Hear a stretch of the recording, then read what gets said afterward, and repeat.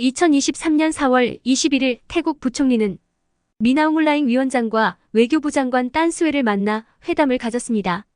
위원장과는 미얀마 태국 양국 간 인신매매와 마약 및 무기 밀수 근절을 위한 협력 방안을 논의하였습니다. 외교부 장관과는 양국 국경 안보와 미얀마 이주 노동자 지원 방안에 대해 논의하였습니다.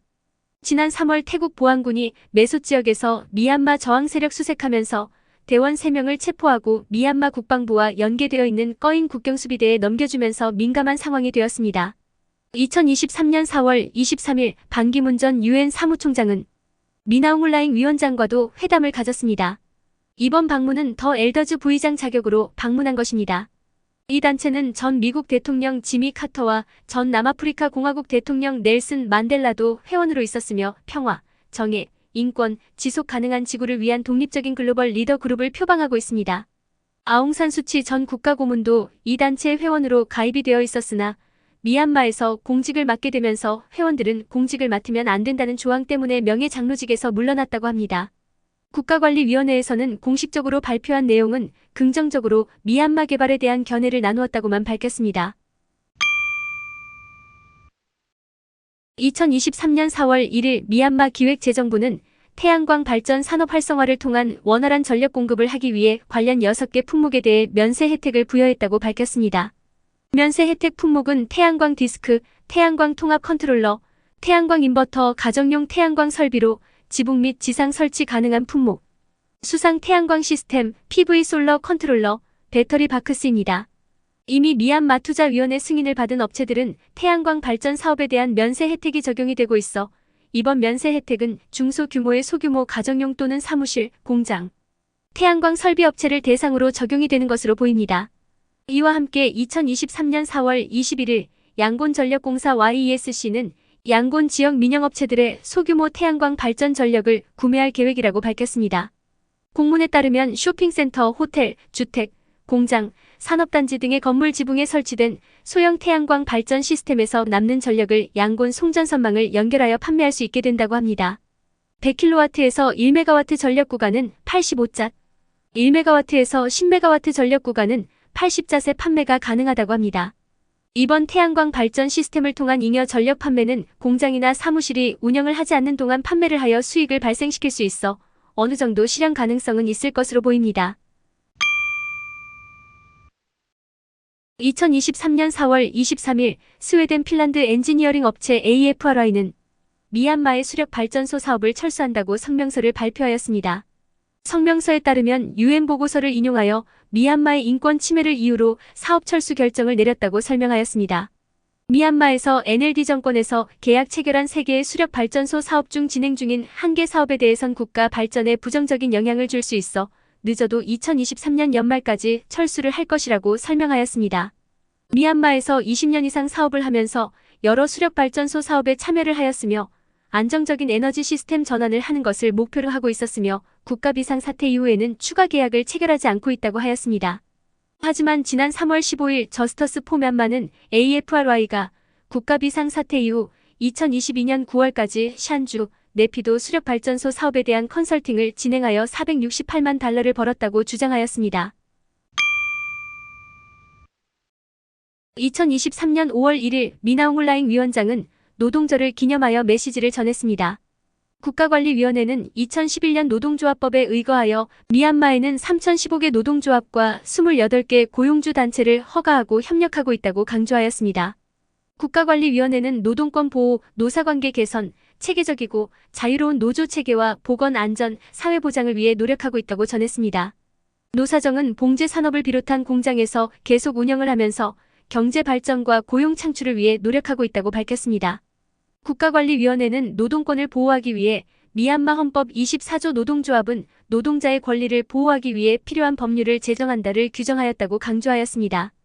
국가기술 자격증 NSSA로 국제무대에서 경쟁력을 갖춘 노동자를 양성하기 위해 신기술에 맞춰 숙련공을 양성하고 있다고 하였습니다. 미얀마 이주 노동자들이 주로 취업하는 태국, 말레이시아, 한국 대사관에서는 이들이 법적 보호를 받으며 일을 할 수 있도록 하고 있다고 하였습니다. 노사분규 중재는 중재위원회를 구성하여 노사 간의 긴밀한 소통을 통해 노사분규를 줄이고 상호 신뢰를 개선시킨다고 밝혔습니다. 이번 메시지에 대해 국민통합정부 노동부 차관은 미나옹홀라잉의 메시지는 거짓말이며 수백만 명의 노동자가 실직하여 어려움에 직면하였다고 합니다. 이로 인해 노동권 침해는 최악의 상황이라고 비난하며 영세 중소기업은 퇴보하고 국내 근로자 100만 명이 실직한 상태라고 주장하였습니다. 국민통합정부 총재실 대변인은 미나옹홀라잉 위원장은 노동자의 보호보다는 외국인 투자 유치에 더 관심을 가지고 있다고 지적하였습니다. 현재 미얀마 노동시장은 최악의 상황이며 노동 착취와 제대로 된 급여를 받지 못하고 있다고 주장하였습니다. 그동안 공식적인 활동은 하지 못하고 있었던 미얀마 최대 노조 시티UM은 처음으로 꺼인주 꽃가레익 타운십에서 카렌족 노동자와 함께 노동절 기념 행사를 했다고 합니다. 이 행사에는 카렌 청년단체 및 여성단체 지도자들과 주민 등 약 400여 명이 모여 비공개로 진행하였다고 합니다. 지역 주민들은 이번 행사에서 노동권에 대해 많은 것을 배울 수 있었다고 전했습니다. 익명의 군 소식통에 따르면 2022년 말부터 미나옹홀라잉 위원장이 딴쉐와 떼인세인과 함께 정기적으로 정치 상황에 대해 논의하고 있다고 합니다. 미나옹홀라잉 위원장이 2022년 이들과 만났을 땐 개선 현황에 대해서만 브리핑하고 국가비상 사태 이후 정치적 상황에 대해선 논의하지 않았다고 합니다. 또한 이들은 미얀마 재선거를 통해 국가 위기를 극복할 수 있다고 믿고 있다고 전했습니다. 딴쉐와 떼인세이는 2012년 NLD당이 선거에 참여했을 때와 같이 정치적 환경을 조성할 것을 권고한 것으로 확인되었다고 합니다. 또한 미나옹홀라잉 위원장이 발표한 정치 로드맵을 지지하면서 조속히 재선거를 실시하여 해결책을 찾을 것을 촉구하였다고 합니다. 떼인세인 전 대통령은 중국 특사 반기문 전 언사무총장도 만난 바 있습니다. 이는 위원장을 만나길 원하지 않는 인물들이 미얀마를 방문 시 떼인세인을 만날 수 있는 옵션이 추가된 것으로 보고 있습니다. 떼인세인은 재임 동안 개혁을 성공적으로 주도한 인물로 평가받고 있어 국제사회와의 대화 채널로 활용하려는 것으로 보고 있습니다.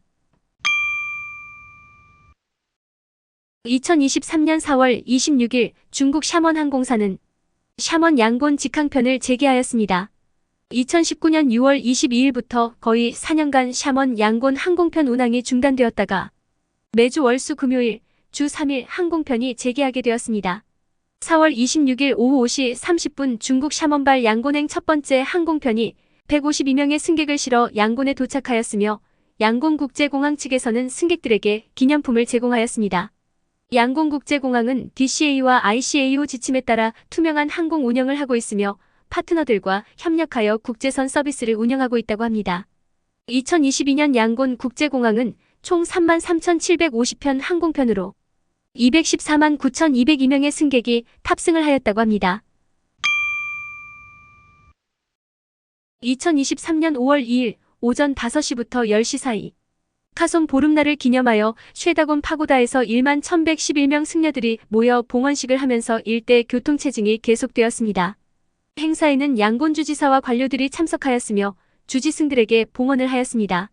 봉헌식은 쉐다곤 파고다에서 진행이 되고 피펄즈 파크에서는 주지승 111명과 승려 1만 1,000명이 모여 행사를 진행하였다고 합니다. 이로 인해 양곤 주요 도로들은 교통정체로 이어졌습니다. 라카인주 시뚜의 타운십 무역업체들은 인도 정부가 지원하는 신규 항만을 통해 경기 활성화에 도움을 줄 것으로 기대한다고 밝혔습니다. 라카인주 상공회의소 회장은 칼라단강 복합운송 사업의 일환으로 건설된 이 항만은 2023년 5월 9일 시멘트를 선적한 첫 번째 화물선이 인도에서 올 예정이라고 설명하였습니다. 그동안 라카인주에는 제대로 된 항만이 없어 인도 미얀마 국경 무역만 주로 이용하고 있었지만 최대 6,000톤 규모의 선박이 접항 가능한 이 항만이 개항함에 따라 인도 미얀마 무역 활성화를 하는 계기가 되어 라카인주 경기 활성화에 큰 도움을 줄 것으로 기대하고 있습니다.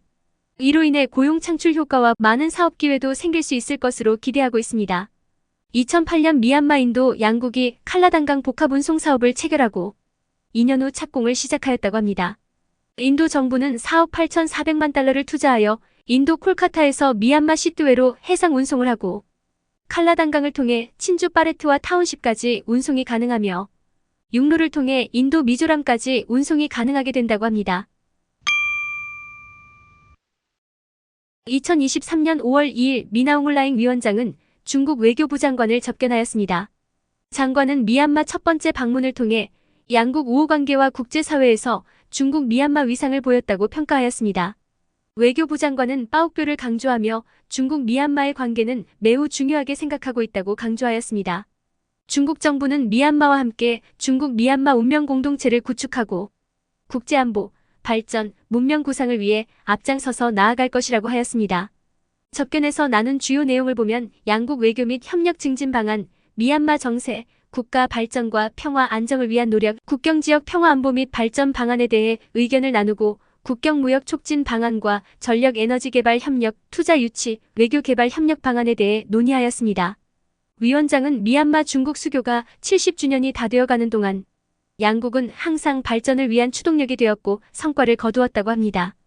위원장은 중국 미얀마 경제회랑의 핵심 협력 사업들을 가속화할 것이며 중국 정부가 미얀마 방글라데시 관계 개선 방안도 지원하기로 약속했다고 밝혔습니다. 앞으로 중국의 국민과 단체의 보호 중요성을 강조하며 미얀마 중국 평화 안보를 유지하기 위한 협력 준비를 마쳤다고 밝혔습니다. 앞으로 중국의 미얀마 투자 활성화를 기대할 것으로 보입니다. 2023년 5월 3일 카손 보름날을 기념하여 미얀마 전역 교도소에 있는 수감자 2153명이 특별 사면으로 석방되었습니다. 특별 사면한 재소자들은 형법 401조 1항에 의거하여 재범할 경우 추가형을 더해 남은 복역까지 해야 하는 조건으로 석방되었습니다. 특별 사면자에게는 여행비와 식비가 제공되었으며 통행비는 거리에 따라 마일당 35자, 식비는 하루 1000자수로 책정하여 석방증명서와 함께 제공하였습니다.